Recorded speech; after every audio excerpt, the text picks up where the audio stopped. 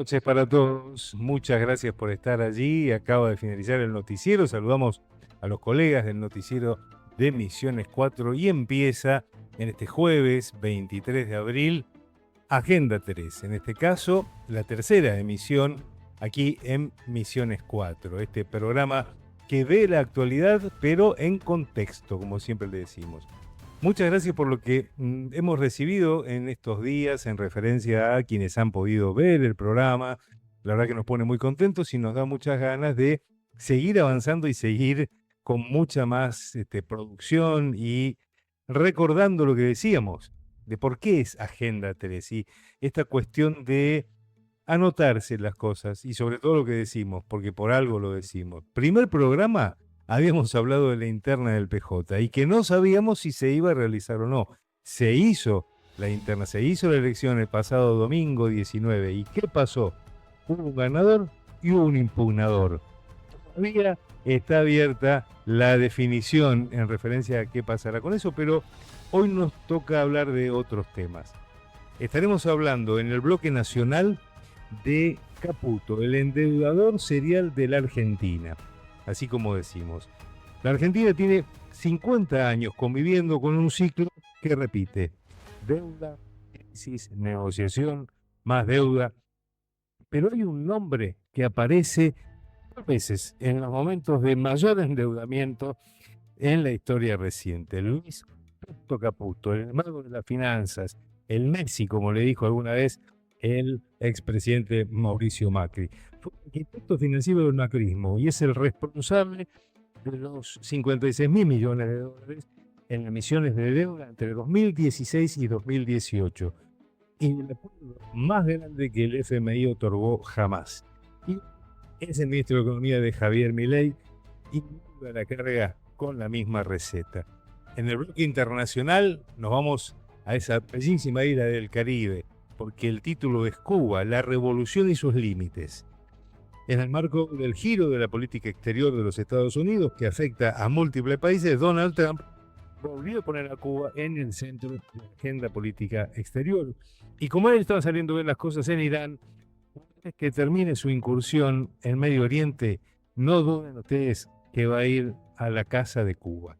Y en el bloque de nuestra provincia de Misiones, en el bloque de la Tierra Colorada, vamos a estar hablando acerca de la foresto-industria misionera. El pilar que cruje es el título que elegimos. Crisis histórica, empleos en riesgo y un modelo económico que golpea al sector más importante de la economía de nuestra provincia. Hecha la presentación, pasamos directamente a los bloques. Le pedimos al equipo que saludamos en este momento, en la producción periodística, Daniel Barrios, en la producción ejecutiva del programa Mara Sepulta, y nuestro director y editor Bernardo Torres, a quien le decimos: Bernardo, vamos entonces a la placa del bloque nacional, presentación y arrancamos.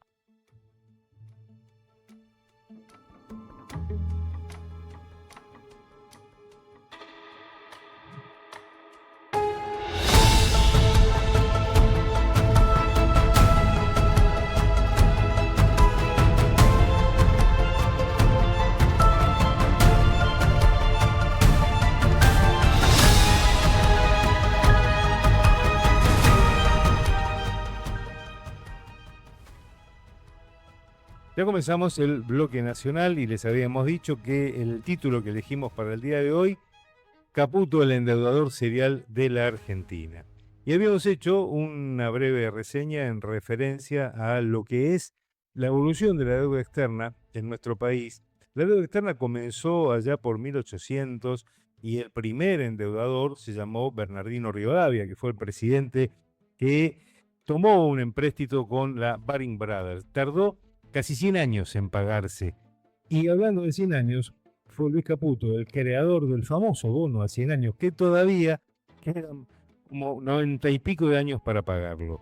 Ese nombre, ese apellido, ese responsable hoy de la economía argentina, Luis Toto Caputo, tiene su segunda posibilidad al frente del Ministerio de Economía.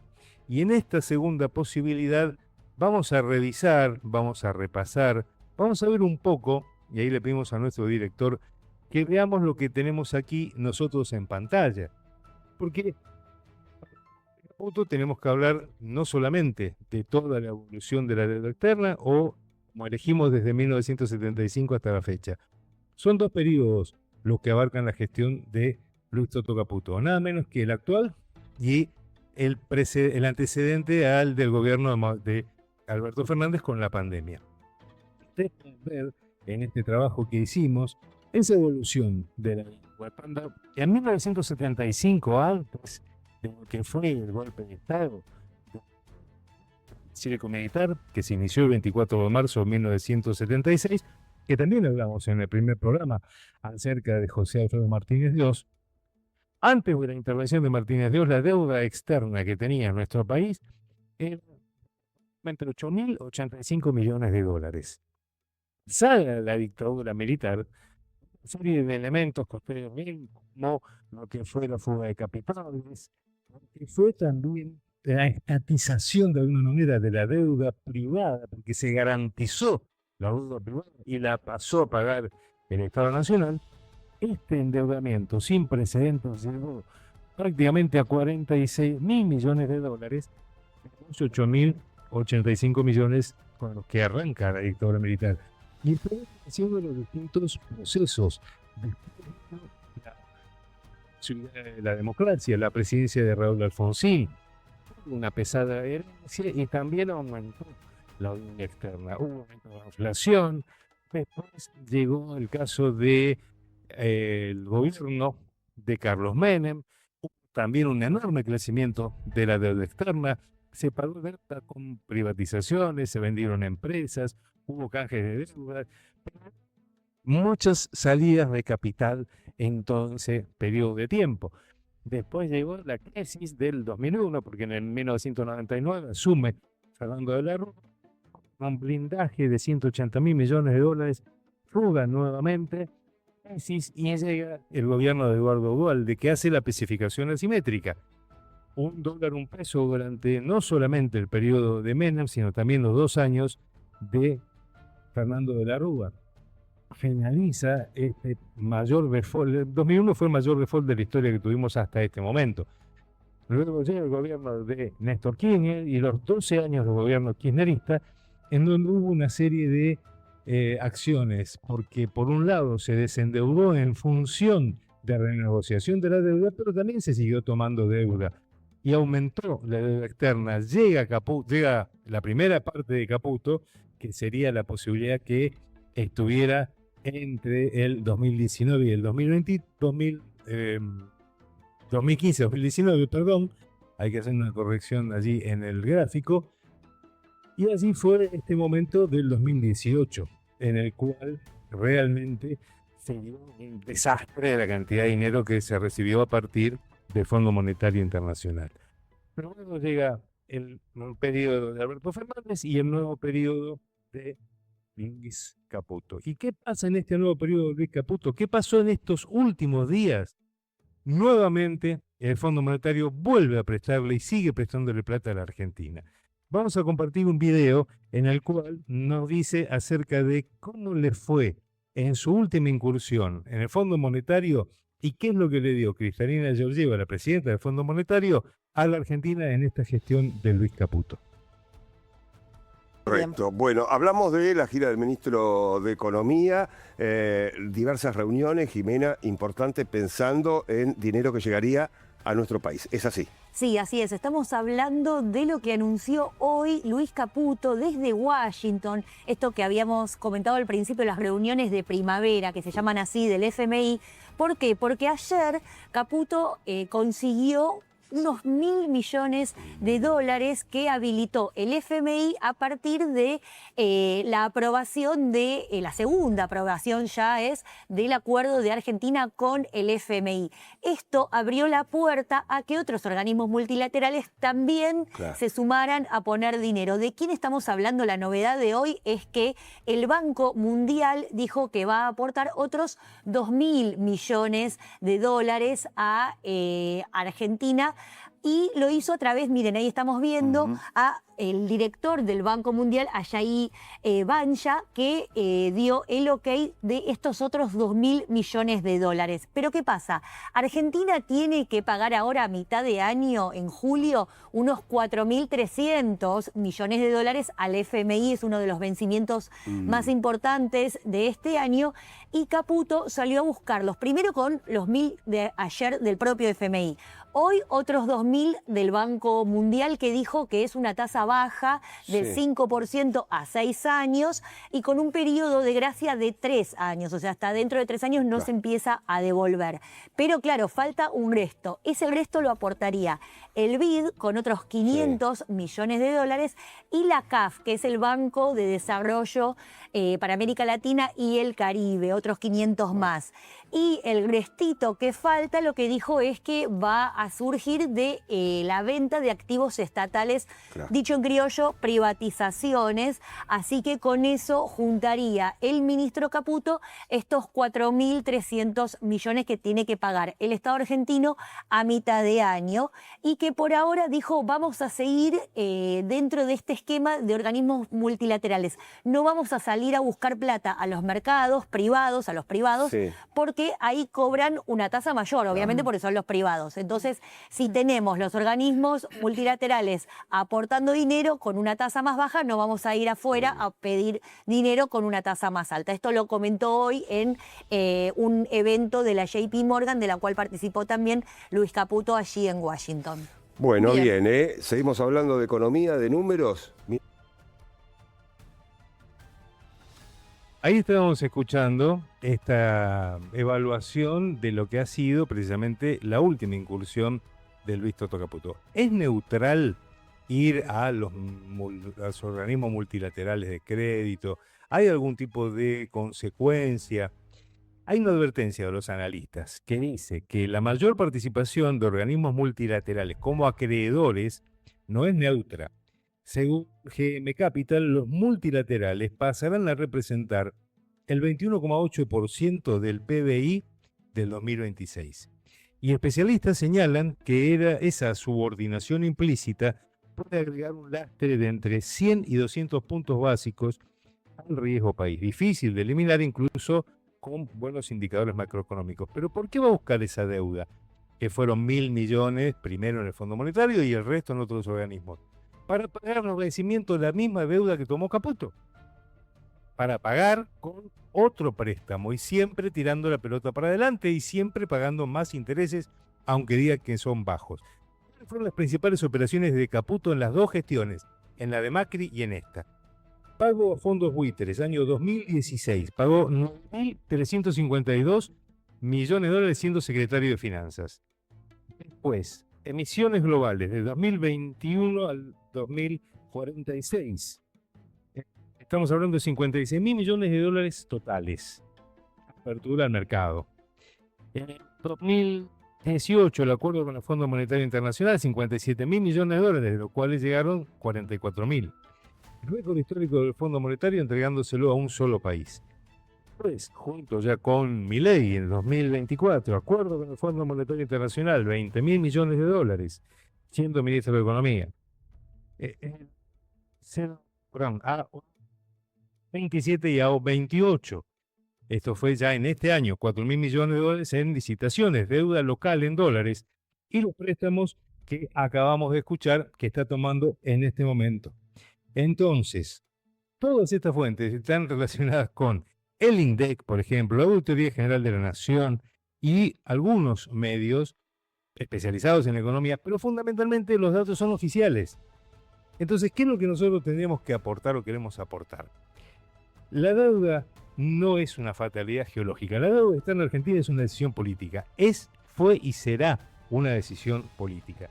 Y en este sentido, son funcionarios de carne y hueso los que se comprometen con esa deuda, pero los que tenemos que después soportar el pago somos los ciudadanos de a pie.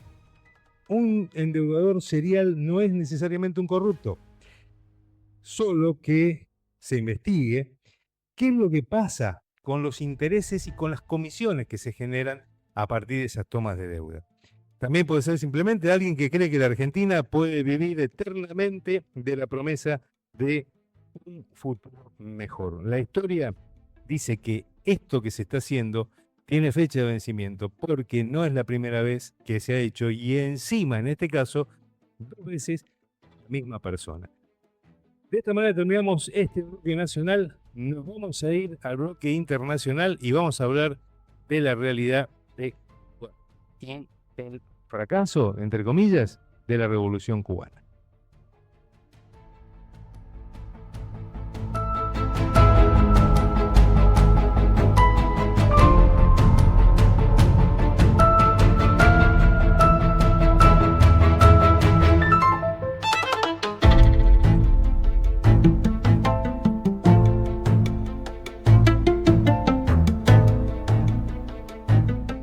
Segundo bloque de este tercer programa de Agenda 3 para este jueves 23 de abril.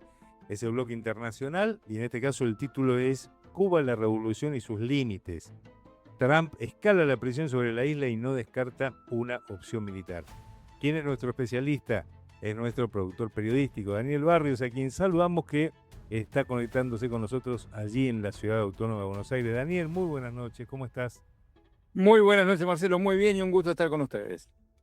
Bueno, y la necesidad de este análisis, sobre todo con algo que agregamos recién cuando terminamos el bloque anterior, en referencia de las incursiones de Donald Trump en distintos lugares, pero en este momento está muy ocupado con Medio Oriente. No quita que ya ha hecho algún tipo de advertencia sobre lo que podría pasar en Cuba. Contanos un poco cómo es este contexto de la política exterior de los Estados Unidos y esta agresividad que tiene Donald Trump. Así es, Marcelo. En el marco del giro de la política exterior de los Estados Unidos que afecta a múltiples países, Donald Trump volvió a poner en el centro de la agenda de su política exterior a Cuba. El presidente estadounidense declaró públicamente que después de Irán, Cuba será la siguiente y anticipó que centrará su atención en la isla una vez concluidas sus acciones en el Medio Oriente. En las últimas semanas, Washington intensificó la presión sobre Cuba, la calificó de nación fallida y bloqueó el suministro de petróleo, profundizando la crisis energética que afecta a hospitales, escuelas y hogares. Analistas geopolíticos señalan que la narrativa de apuntar a Cuba responde en parte a la necesidad de Trump de compensar su desgaste político tras el estancamiento en Irán y mejorar su imagen de cara a las elecciones de noviembre. Habría que pensar que, porque en el título habíamos puesto la revolución y sus límites, ¿cuántos años ya tiene Cuba de revolución? ¿Cómo fue ese inicio con Sierra Maestra, con Fidel Castro, con el Che Guevara, con Camilo Cienfuegos, con tantos héroes que pensaron otra realidad? ¿Y cómo hicieron para sostener todo este tiempo de bloqueo? ¿Cuáles serían los antecedentes a esta situación actual de ahogo tremendo que tiene la isla, Daniel?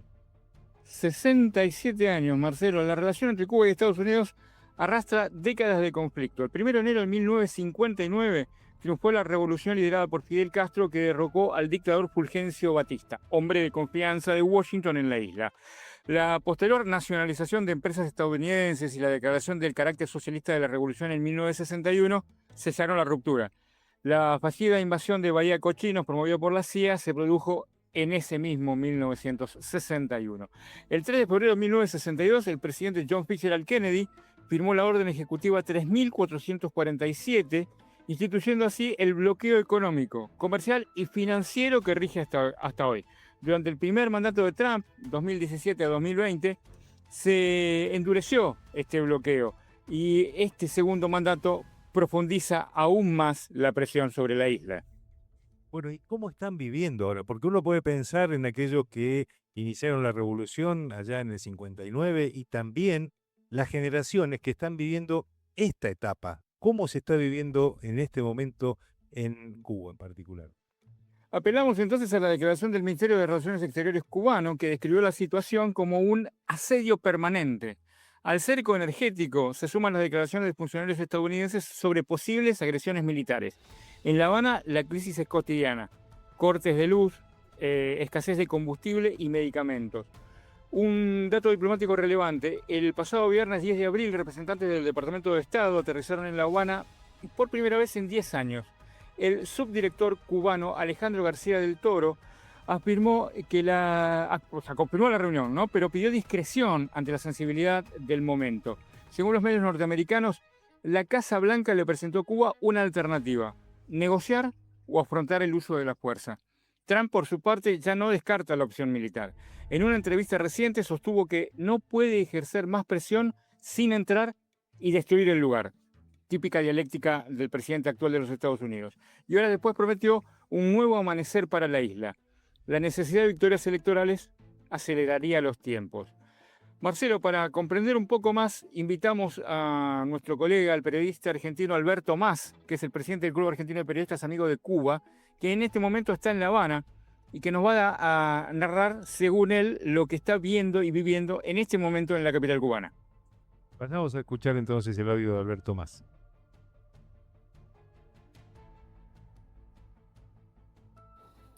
La situación que vive en Cuba está asignada por la falta de petróleo originado de las amenazas de Donald Trump de sancionar a los países que le envíen combustible a la isla un real y concreto bloqueo. El arribo del petrolero ruso, cuyo contenido acaba de ser convertido en diésel y fuel, reducirá en una parte los apagones de electricidad que en algunas zonas llegaban a las 20 horas diarias, al menos por los próximos 30 días, con un fuerte racionamiento del combustible. Este bloqueo petrolero, que viola la autodeterminación de los pueblos, todas las normas de convivencia internacionales, tiene un solo objetivo: que Cuba se entregue atada a los Estados Unidos. Un objetivo que persigue desde la época que la mayor de las Antillas era colonia española. Esta situación genera múltiples problemas a la familia, no manteniendo la cadena de frío de los alimentos, en los comercios no poder acumular ningún tipo de carnes ante el eventual corte de luz por casi un día, la falta de nafta para el transporte público y privado, el traslado de mercancías entre provincias, las líneas de producción en las fábricas y los laboratorios interrumpidas, las dificultades en las comunicaciones por la caída de Internet y todas las que se puedan imaginar lo que nos pasaría en nuestras casas por falta de electricidad. La postal de las avenidas y el malecón habanero es la de la prácticamente ausencia total de automóviles nafteros. Bicicletas, motos y triciclos eléctricos por millares pueblan hoy Cuba. Muchos transformados en transportes públicos, transportando hasta 6 pasajeros. Suplen de esta manera el traslado cotidiano, además de ampliar el home office y las clases virtuales para evitar los traslados.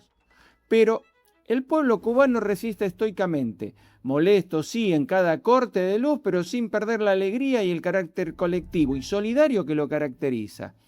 En medio del corte en el que tiene una luz de emergencia, saca la mesita a la calle y varias familias se ponen a jugar al dominó. Sacan los parlantes a batería a escuchar música, o como presenció también este cronista, arman una olla de caldosa, una especie de puchero convertido en sopa típica cubana para toda la cuadra. Y también una decisión unánime de no rendirse si el personaje acusado de pedofilia que hoy preside los Estados Unidos decide la locura de intentar entrar por la fuerza a Cuba. Una de las mayores movilizaciones populares espontáneas fue la de cuando arribaron a Cuba los cuerpos de los 32 combatientes caídos en Venezuela cuando el secuestro del presidente Nicolás Maduro y su esposa, y la más reciente de este 16 de abril pasado, en el acto por el 65 aniversario de la proclamación del carácter socialista de la revolución y por la derrota infringida a los mercenarios entrenados por la CIA en Playa Girón. El pueblo cubano trata de mantener una vida normal, a pesar de las amenazas, de la falta de luz y de este genocida bloqueo que los Estados Unidos, ahora recrudecido con esta prohibición de que le entreguen petróleo, y tampoco se sienten solos en este mundo porque a diario reciben el apoyo no solo de las militancias solidarias, sino de presidentes progresistas del mundo y de estados como es México, Rusia, China. Desde La Habana reportó Alberto Mas, secretario del Club Argentino de Periodistas Amigos de Cuba.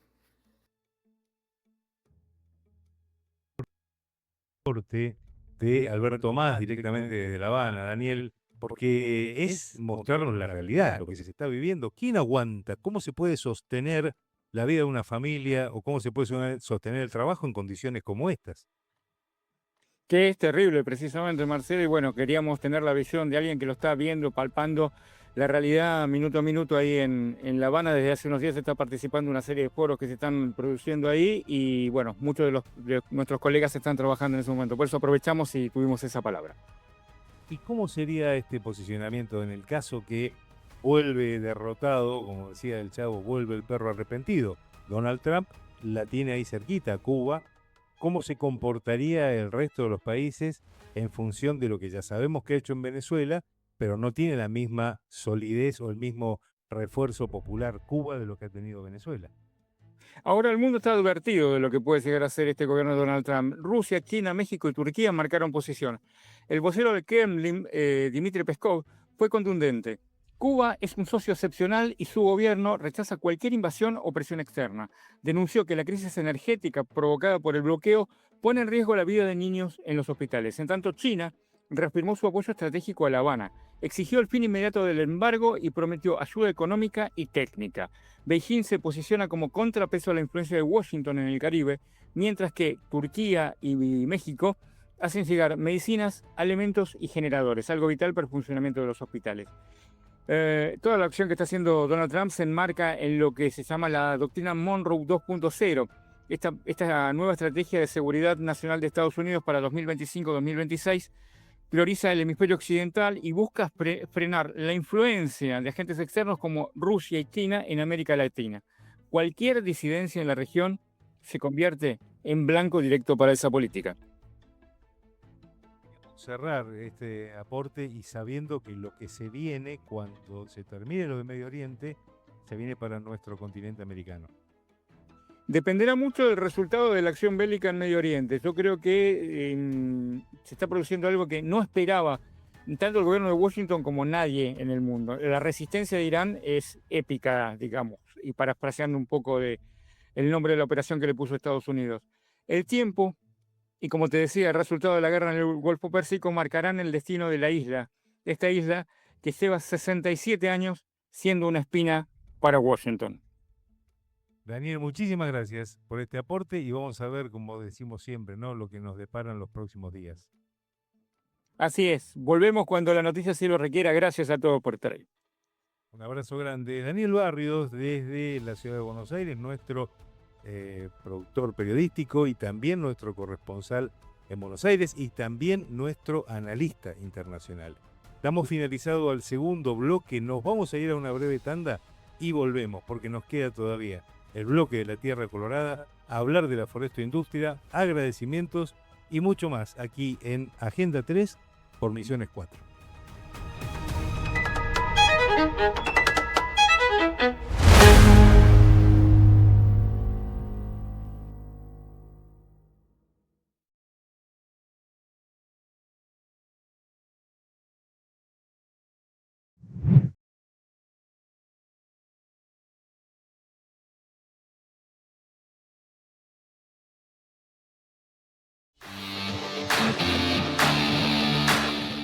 Tauriel Showroom de Maderas, calidad que construye confianza.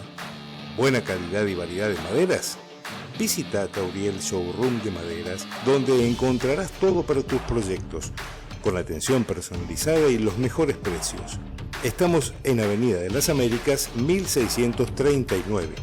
Abrimos de lunes a viernes de 8 a 12 y de 16 a 20 horas. Los sábados también hasta el mediodía. Tauriel Showroom de Maderas, calidad que construye confianza. En Instagram, @TaurielMaderas. En el barrio, en la chacra, la señal nunca se atrasa. Con pasión misionera, te damos red donde sea. Valenzuela Sistemas, llevamos internet donde nadie más llega. Donde nadie más llega. Valenzuela te conecta. Te llevamos internet donde lo necesites. Valenzuela Sistemas. WhatsApp 3755 34 11 77. RPD Noticias es información con opinión, información actualizada y destacada, notas de opinión y entrevistas. Un equipo de profesionales al servicio de la verdad. Desde el 2012, activos en la web.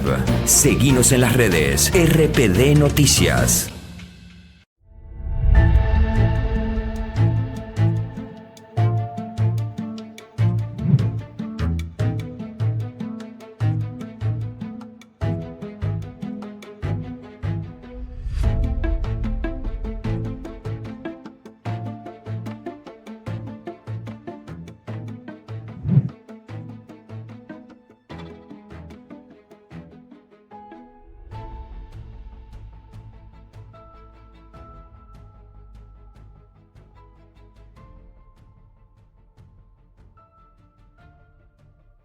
Llegamos a la parte final prácticamente del programa porque nos queda hablar del bloque de la Tierra Colorada.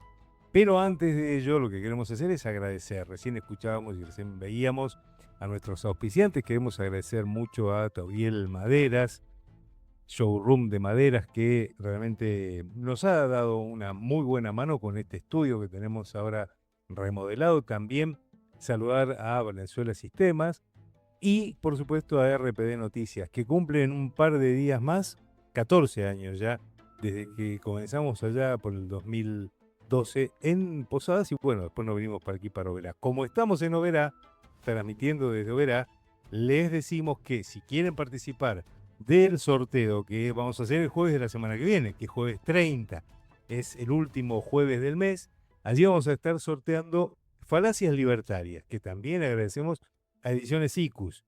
Van a estar próximamente Ediciones ICUS en la Feria del Libro de Posadas y en la Feria Provincial del Libro de Oberá. El libro Falacias Libertarias le pertenece al economista Guido Agostinelli. Y ya en el título, Falacias Libertarias, imagínense ustedes de qué puede tratar este libro, que es sumamente interesante, sobre todo a la hora de poder entender un poco mejor los procesos y los datos más allá del relato. Así que una vez que hemos hecho todas estos agradecimientos, les decimos que para poder participar del sorteo nos tienen que mandar un mensaje, puede ser de texto, puede ser un mensaje de WhatsApp, puede ser un mensaje de audio al 3755 52 45 55.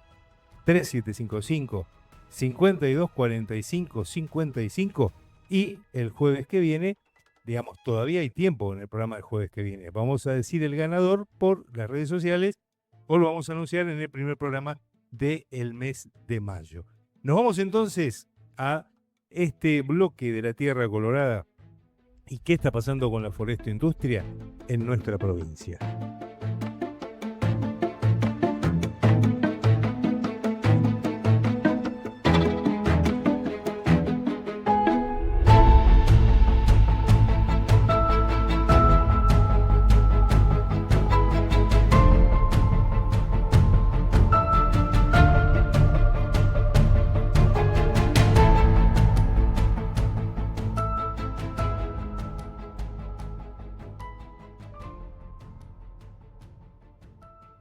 Bueno, tenemos ya hecha la presentación correspondiente del bloque de la Tierra Colorada. Vamos a hablar de este tema que nos interesa en el bloque de Misiones. Y el título es La forestoindustria misionera, pilar que cruje. Crisis histórica, empleo en riesgo y un modelo económico que voltea el sector más importante de la economía de la provincia de Misiones. Tenemos un gráfico que nos va a acompañar un poco los detalles que vamos a estar compartiendo en referencia al peso estructural que tiene el sector de la forestoindustria en la economía provincial. No es un sector más en nuestra Tierra Colorada, para nada, es la columna vertebral de la economía productiva. Es el sector que más aporta al Producto Bruto Interno provincial y el que más trabajo genera, con más de 700 pymes industriales y forestales activas, que es un poco lo que se está marcando en este gráfico. A escala nacional, el sector involucra a más de 13.000 productores forestales y más de 6.000 empresas que emplean de manera directa y formal a unas 100.000 personas. Exporta alrededor de 550 millones de dólares anuales y Misiones es la provincia que tiene mayor concentración de esta producción en el NEA. Dentro de la provincia operan más de 400 pymes forestales fuertemente dependientes del mercado interno, especialmente de la construcción. Y esa dependencia, como veremos, ha resultado ser un talón de Aquiles devastador. Porque este es el peor momento de la historia. Este es un diagnóstico de una crisis que ya es sistémica. No es una exageración periodística, para nada.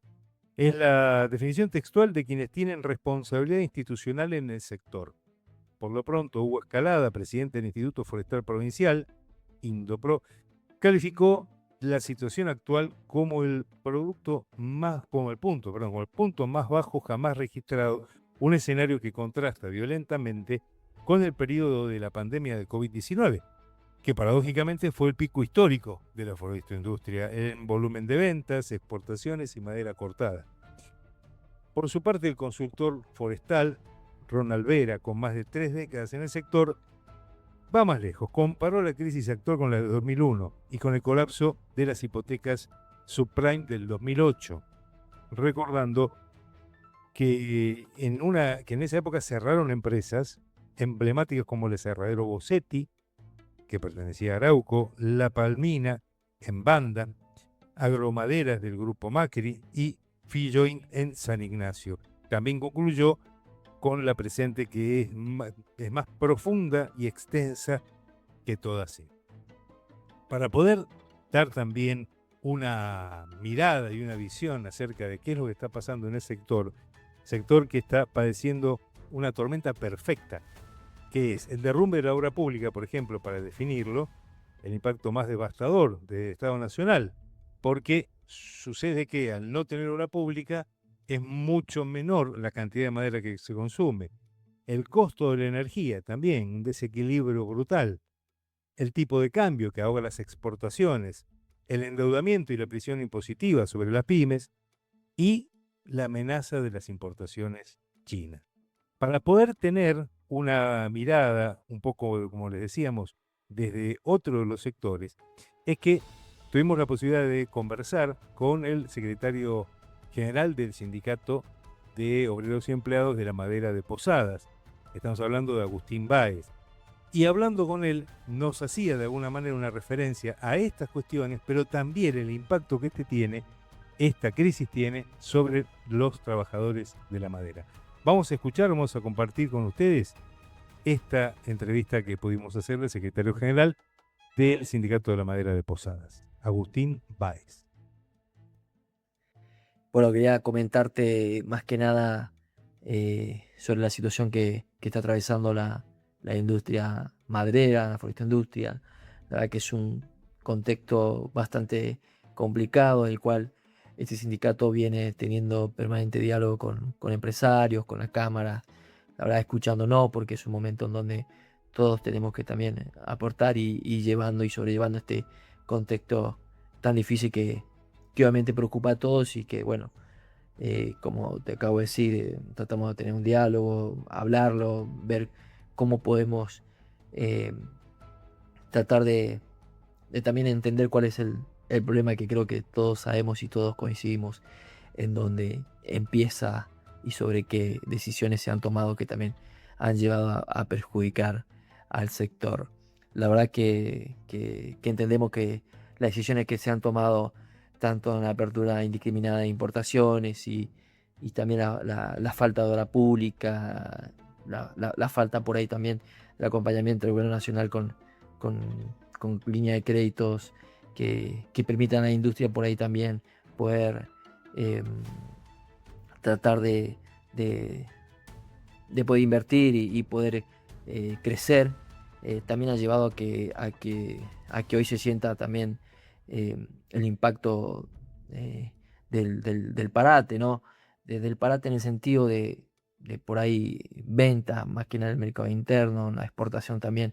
Por ahí plantean que con el dólar ahora barato no le es competitivo, pero bueno, también eso lleva y hace a que por lo menos se siga teniendo algún mercado y bueno, y en ese sentido poder llevar o ser llevadero más que nada todo lo que es la cuestión de la actividad, ¿no?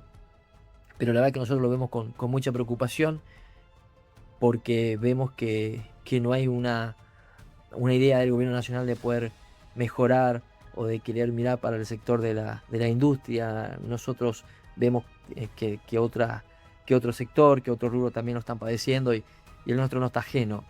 Y nosotros como representantes de trabajadores, obviamente que lo estamos viendo con mucha preocupación y que tratamos de atender en tanto y en cuanto podamos el diálogo, de acercar posturas en donde podamos ver cómo entre todos podemos salir de esta situación en la cual uno no pierde la esperanza que pueda mejorar, pero no cree que con este gobierno nacional eso pueda suceder. Entonces, bueno, obviamente que estamos preocupado, pero bueno, al mismo tiempo tratando de mantener el diálogo para que no haya despido, para que no hayan suspensiones tampoco masivas y que de esto salga perjudicado al trabajador. Creo que tanto este sindicato como las empresas tampoco quieren eso. Entonces, todo este tiempo lo estamos tratando de hacer llevadero, pero bueno, es un contexto muy difícil, muy complicado y bueno, y que creemos que hay que tratar de llevarlo con mucha responsabilidad. Con respecto a una de las preguntas que me había hecho sobre el acompañamiento del gobierno provincial, nosotros sabemos que hay una línea de crédito de tasa subsidiada tanto con el Banco Macro como Nación, que la verdad que son importantes, que se les ha otorgado, que nos han comentado varios empresarios que han recibido, que han tenido que salir a buscar esos créditos para poder invertir en la producción, para poder seguir generando la oportunidad también de que las industrias se vayan sosteniendo, y eso es importante, el acompañamiento también, tanto también en los costos de los pagos de servicio como la luz en 3 cuotas, que la verdad que eso es una ayuda importante que van teniendo en este contexto donde está muy complicado, pero el acompañamiento del gobierno provincial no hacen entender ello, y nosotros por ahí en conocimiento de charlas o a veces en reuniones que no han hecho participar, hemos escuchado que también lo más importante de todo, el diálogo que hay, y después el acompañamiento con esta línea de crédito, con esta ayuda también. Ahí lo que estábamos escuchando precisamente es la palabra del dirigente sindical, pero hablando desde la realidad concreta, no específicamente solo desde el dato estadístico o desde el dato económico. Además, poniendo de manifiesto la diferencia de la participación o de la idea de solución de crisis, tanto del gobierno nacional como del gobierno provincial. El gobierno nacional desreguló, y pensar que la motosierra resolvía temas y resolvía problemas, evidentemente, no está dando el resultado, o tal vez sí, y tal vez ese era el resultado que querían. Habrá que ver finalmente por qué es que se está dando esta situación. Vamos a continuar escuchando cuál es el análisis que está haciendo, en este caso, Agustín Báez, y además este aporte que puede hacer la provincia en determinadas cuestiones. Para un empresario industrial, para un empresario maderero, que le den la posibilidad de pagar la factura de luz en 3 cuotas, es una gran ayuda, sabiendo igual que todavía hay que vender para pagar esas 3 cuotas de esa factura. Seguimos escuchando a Agustín Báez. Nos dice las cosas que más o menos se fue conociéndola, las problemáticas que van surgiendo y que han pedido o solicitado una mano del Estado provincial, el cual le han otorgado. Entonces, eso es importante también, el fondo de crédito a misiones, que sé que sirve muy importante para poder tratar de ayudar en este contexto tan difícil. Pero bueno, la preocupación, como te acabo de decir hoy, está en nosotros, obviamente que tratamos de como sindicato también de ir aportando nuestro acompañamiento también a los trabajadores, con un amplio programa de ayuda que también brindamos, el asesoramiento, y sobre todas las cosas trata de que permanentemente los trabajadores estén en condiciones dignas y en su puesto de trabajo. Eso es fundamental y es el trabajo que tenemos que realizar. Creo que en este momento tan importante, en donde la situación es muy compleja y donde se ve el trabajo que tenemos que tener los dirigentes sindicales, qué tiene que hacer con acompañamiento, qué tiene que ser estando al lado del trabajador, escuchándolos, y cuidando también de que no se pierda la fuente de trabajo, que eso es lo más fundamental. Pero bueno, también de nuestra parte es el pedido de que, y esto lo hago no como saquemos de lado el hecho de que yo sea hoy el secretario general del Sindicato de la Madera, yo hablo como trabajador, como obrero. Trabajé 17 años en una empresa, estuve ahí, sé lo que es estar en una fábrica, lo que se vive, y con mucha razón entendemos que es un momento de mucha preocupación, porque atrás de cada trabajador está la familia, está ese chico que espera que el trabajador padre pueda garantizarle el plato de comida, que eso es lo más importante, que pueda garantizarle que puedan tener educación, que pueda garantizarle que puedan tener salud cuando lo requieran. Entonces es muy importante que nosotros podamos defender todas esas cuestiones, y todo esos programas de beneficio que nosotros damos está abocado a la salud, está abocado a la educación, está abocado al amplio acompañamiento que tenemos para con los trabajadores,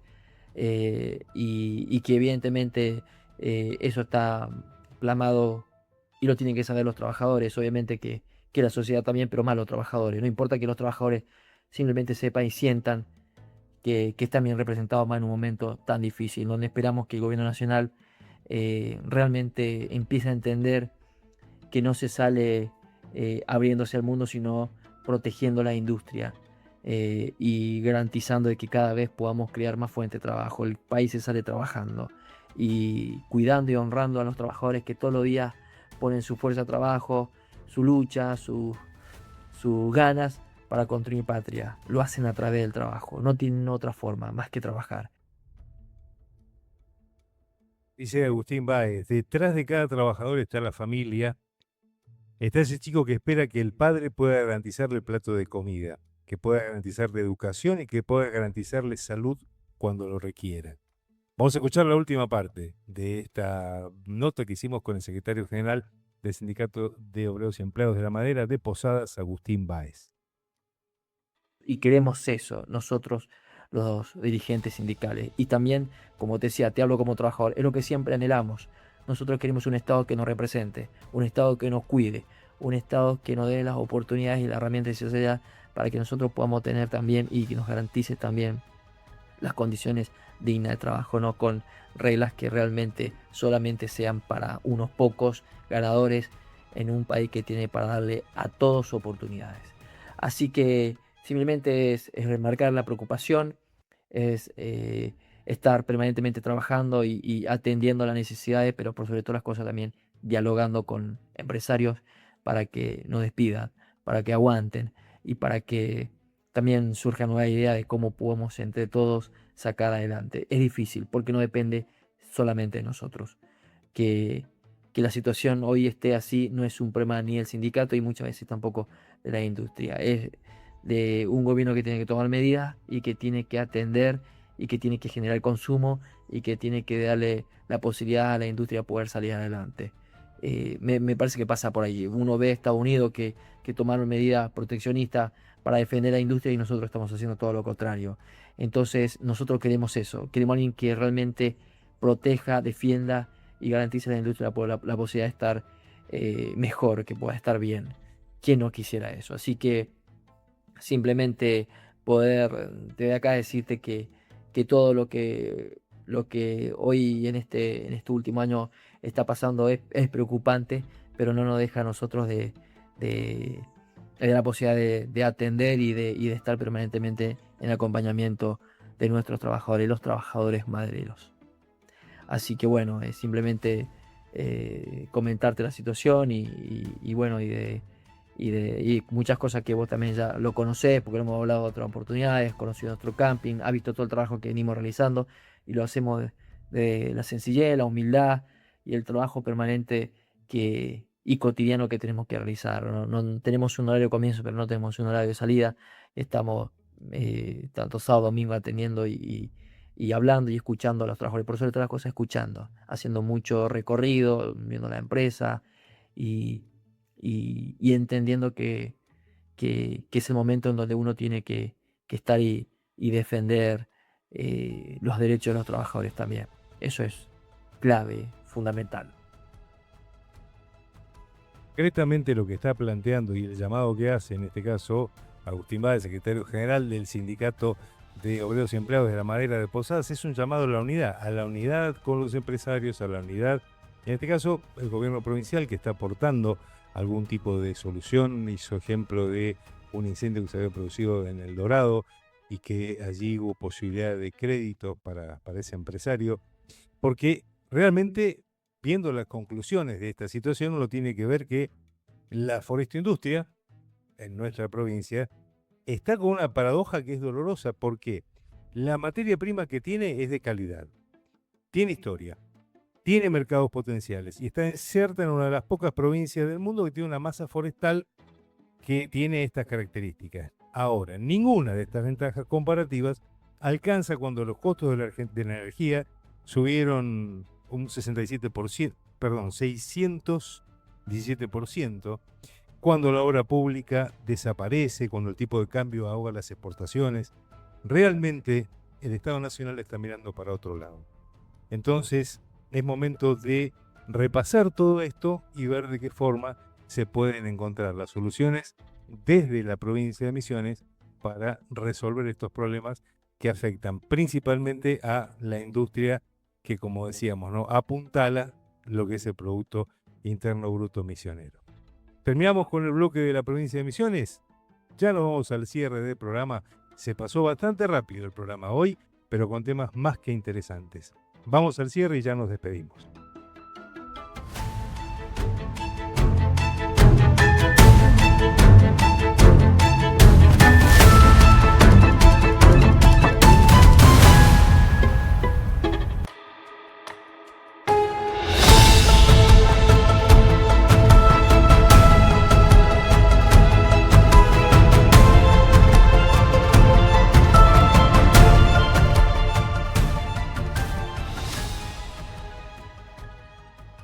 Y llegamos al final de este tercer programa. Estamos más que contentos con lo que estamos haciendo. Estamos muy agradecidos a Misiones 4 que nos está dando esta posibilidad, esta oportunidad de llegar todas las semanas a sus hogares y a poder compartir con ustedes estos temas que consideramos que son temas que no solo tienen que quedar como una noticia, sino que tienen que analizarse en profundidad y en contexto. Por ese motivo, lo vamos a convocar a que nos sigan acompañando, ¿sí? La semana que viene, el próximo jueves, último jueves del mes de abril, a las 20:30 horas, una vez que finaliza el noticiero de Misiones 4, allí estaremos nosotros haciéndoles compañía y allí estaremos planteando 3 temas, uno nacional, uno internacional y uno de nuestra tierra colorada, para poder analizar en profundidad, para que podamos ver la actualidad en contexto. Agradecemos a nuestros auspiciantes, agradecemos también a nuestro equipo, a nuestro productor periodístico Daniel Barrios, nuestra productora ejecutiva Mara Sepúlveda, nuestro director y editor Bernardo Torres y quien les habla, Marcelo Teles. Los convocamos para que dentro de una semana volvamos a compartir con ustedes esta hora de información, de opinión, de análisis. Les recordamos nuestro número 3755, porque estamos acá en la capital del monte, en la ciudad de Oberá, 3755 52 45 55. Escríbanos, propónganos temas también. Vamos a trabajarlos, vamos a investigarlos y vamos a compartirlos con ustedes. Que tengan muy buena noche, sigan con la programación de Misiones 4 y en una semana nos volvemos a ver. Muchas gracias.